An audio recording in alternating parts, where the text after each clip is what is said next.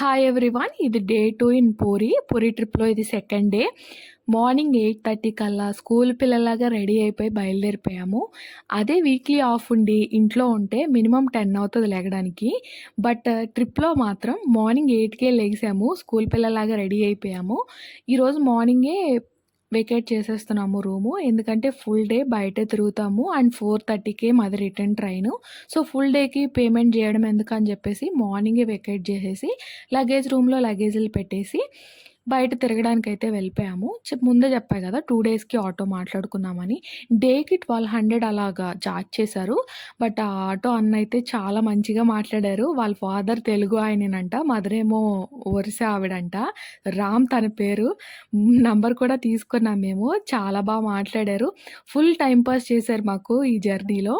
And ఈ sling bag లేకుండా మన అమ్మాయిలం బయటకి వెళ్ళలేం గదా! మినిమమ్ లిప్‌స్టిక్ అయినా ఉండాలి మన బ్యాగ్‌లో.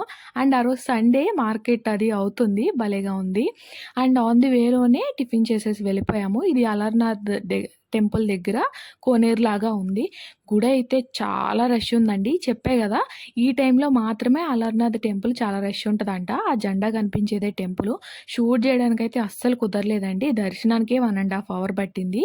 ఇక్కడ దర్శనాలన్నీ ఫ్రీ దర్శనాలే. ఎక్కడ టికెట్ లేదు. బట్ ఏజెంట్‌లాగా ఉండి 200, 300 చార్జ్ చేసి తీసుకెళ్తున్నారు కొంతమంది. బట్ మేమైతే లైన్‌లో వెయిట్ జేసే వెళ్ళాము. అక్కడి నుంచి చిలిక లేక్‌కి బయలుదేరిపోయాము. పూరి నుంచి అలర్నాథ్ టెంపుల్ 35 కేఎం ఏమో ఉంది. అక్కడి నుంచి చిల్కా లేక్ 18, 20 కేఎం ఉంది. చిల్కా లేక్ అయితే ఏషియాలోనే one of the biggest lake అంటండి. బావుంది. బట్ చాలా కమర్షియల్ ఉంది. 5 మెంబర్స్ అయినా, 4 మెంబర్స్ అయినా, 2 మెంబర్స్ అయినా ఎంతమందికైనా మినిమమ్ ప్రైస్ 3500 దగ్గర నుంచి ఉంది. అది కూడా 2 అవర్స్ బోటింగ్ అని చెప్పారు. అండ్ 3 స్టాప్స్ అని చెప్పారు. బట్ మనం బోట్‌లో తిరిగేది మినిమమ్ 1 అవర్ కూడా ఉండదండి. హాఫ్ ఎన్ అవర్ ఉంటదేమో అంతే. First stop red crop red crops అని చెప్పేసారు. బట్ మేమనుకున్నాము లేక్‌లో చూపిస్తారేమో అనుకున్నాము. బట్ చిన్న బాస్కెట్‌లో అవి తీసుకొనొచ్చి చూపించారు. అదొక స్కాము. రెండోది స్టాప్ ఏమో ఈ ముత్యాలు, పగడాలు, ఆల్చిప్పల్లో చూపిస్తామని చెప్పారు. అవి గూడా నాకు ఫేకే అనిపించింది. అండ్ ఇవి కొనండి, కొనండి అని ఫోర్స్ చేస్తున్నట్టు అనిపించింది. అండ్ ఫోటోస్, వీడియోస్ కూడా తీయనివ్వట్లేదు అతను. ఇవన్నీ బయటకు తెలిస్తే నెక్స్ట్ వచ్చేవాళ్ళు రారనో ఏమో నాకర్థం గాలేదు. ఇదైతే ఫుల్ కమర్షియల్ ఉందండి. ఫ్యామిలీతో వెళ్ళి ఖచ్చితంగా చూడాలి అనుకుంటే తప్ప, లేదంటే మనీ వేస్ట్ అనిపించింది నాకైతే. అండ్ థర్డ్ స్టాప్ వచ్చేసి సీమౌత్. ఇది కొంచెం పర్లేదు. చిన్న ఐలాండ్ లాగా ఉంది. అండ్ అక్కడ ఫుడ్డు అన్నీ కూడా ఉన్నాయి. స్టే కూడా చేయొచ్చంట కావాలంటే. అంటే ఒక పక్కన లేకు, ఒక పక్కన సముద్రం ఉందనమాట. అదైతే బావుంది. అది వర్తే. అండ్ అక్కడ చెట్లు అవి ఉన్నాయి. వ్యూ పాయింట్ ఒకటుంది. కొన్ని ఫోటోస్ నేను తీశాను. అవి ఇన్‌స్టాలో పోస్ట్ చేస్తాను. నాకైతే ఏదో ఫారెన్ లొకేషన్ లాగా అనిపించింది. చెప్తే శివ నవ్వారు. శివ నాకిలా అనిపిస్తుందంటే. అండ్ చాలా బావుంది. చెప్పాను గదా! ఇదే ఆ లొకేషను. మా శివ ప్రెగ్నెంట్‌లో ఉన్నారు గదా! ఇదే ఆ లొకేషను.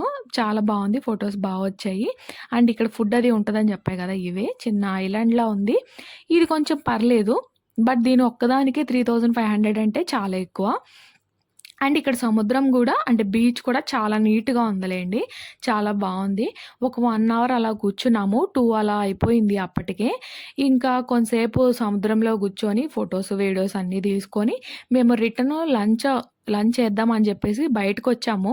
చిలిక లేక్ బయటే. అక్కడ గూడా ఏజెంట్లేనండి ప్రతిదానికి. బోటింగ్‌కి ఆళ్ళు కమిషన్ తీసుకుంటున్నారు ఆటో వాళ్ళే. అండ్ ఫుడ్‌కి కూడా వాళ్ళు మాట్లాడుకుంటారనుకుంటా. ఫుడ్ మేము అక్కడ తినొద్దనుకున్నాము.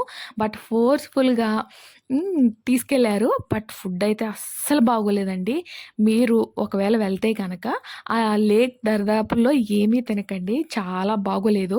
ఆ రొయ్యలేమో ఫ్రై తీసుకున్నాము. అది తలకాయలతో పాటు ఫ్రై చేసేసారనమాట. నేను అదంతా షూట్ చేయలేదు. అంటే ఆ వామిటింగ్ సెన్సేషన్ ఒచ్చి నాకు బుర్రే పని చేయలేదు అక్కడ ఉన్నంత సేపు. అండ్ చెప్పా గదా! ఆహ్, సముద్రం అయితే గనక చాలా నీట్‌గా ఉంది. అండ్ చిలికా లేక్ చూడడం అయిపోయిన తర్వాత రిటర్న్ అయితే మేము బలి బలిరామచండీ పీఠ అమ్మవారి టెంపుల్‌కెళ్ళాము. అది గూడా బావుంది. చిలికా లేక్ రోడ్ నుంచి మనం డైరెక్ట్‌గా పూరీకి వెళ్ళే రోడ్‌లో సైడ్ రోడ్ తీసుకొని ఒక 20, 23 కేఎం ఎళ్ళాలి. అక్కడి వరకు ఎళ్లి మిస్ చేయడం ఎందుకని జెప్పేసి మేము అక్కడికి కూడా వెళ్ళామనమాట. చెప్పా కదా! ఇక్కడ అండ్ టెంపుల్స్‌కి వేటికి దర్శనం టికెట్స్ అంతా ఏమి లేవు కానీ, ఫుల్ కమర్షియల్ ఉన్నారండి పంతులైతే. అలా అనకూడదు. మేము హిందువులమే. చాలా దేవుడిని నమ్ముతాము. బట్ దర్శనానికి టికెట్స్ లేవు. లోపలికి వెళ్ళి ఏదో ఓ పువ్వో, కాయో చేతిలో పెట్టి 200 ఇవ్వు, 300 ఇవ్వు అంటున్నారండి. లేకపోతే గనక గుడికొచ్చి ఫ్రీగా అన్ని పుణ్యాలు వచ్చేయాలా మీకు అన్నట్టు వాళ్ళ భాషలో ఏదో అంటున్నారు. నాకైతే చాలా కోపమొచ్చింది. ఈ టెంపుల్‌లో మాకది ఎక్స్‌పీరియన్స్ అయిందనమాట. అండ్ రిటర్న్ అయితే దర్శనం చేసుకొని వెంటనే బయలుదేరిపోయాము. ఎందుకంటే 4:30 కల్లా మనం స్టేషన్‌కెళ్ళిపోవాలి. అదే ప్లాన్. అండ్ మళ్ళీ ఈవినింగ్ రెయిన్ స్టార్ట్ అయింది. నిన్న గూడా అంతే. మేము బయటికి బయలుదేరాము కోనార్క్ టెంపుల్ నుంచి వర్షం స్టార్టు. డైరెక్ట్‌గా హోటల్‌కెళ్ళిపోయాము. ఈరోజు గూడా వర్షం స్టార్ట్ అయింది. యాక్చువల్‌గా పూరి బీచ్ మార్కెట్ చూద్దాము ఈరోజు ఈవినింగ్ అనుకున్నాము. బట్ వర్షానికి చూడడం కుదరదేమో అనుకున్నాం. బట్ మేము పూరి ఎంట్రన్స్ అయ్యేసరికి వర్షం ఆగిపోయింది. సో, బీచ్ మార్కెట్ చూద్దామని వచ్చాం గానీ, వర్షానికి షాప్స్ అన్నీ క్లోజ్ చేసున్నాయి. బట్ మేము ఆల్రెడీ చిల్కా లేక్ దగ్గర ఫుడ్ ఏం తినలేదు. సో, ఈ బీచ్‌లో కొన్ని ఫుడ్ అయితే ట్రై చేశాము. అది షార్ట్ వీడియోలో షేర్ చేసుకుంటాను. మిరపకాయ బజ్జీలు బావున్నాయి ఫుడ్ ఇక్కడ. అది ట్రై చేసి ఇంక స్టేషన్‌కైతే బయలుదేరిపోయాము. ఆ ఆటో అన్నను వదులుతుంటే ఏదో మా సొంత అన్నని వదులుతున్న ఫీలింగొచ్చింది. నాకేమో హిందీ అర్థం గాదు. తనకి ఇంగ్లీష్ అర్థం గాదు. బట్ అలాగే ఏదో కమ్యూనికేట్ జేసుకొని మంచిగా మాట్లాడుకున్నాం మేము. అండ్ స్టేషన్‌కైతే వచ్చేసాము. వైల్డ్ గ్రాస్‌లోనే ఫుడ్ ఆర్డర్ చేసుకొని ఫ్రైడ్ రైస్ ఒకటి తీసుకొని వచ్చేసాము. అది ట్రైన్‌లో తినేసాము. మన పూరీ ట్రిప్ అయిపోయింది. వీడియోస్ నచ్చితే లైక్ చేయండి. ప్లీజ్ సబ్స్క్రైబ్ చేసుకోండి.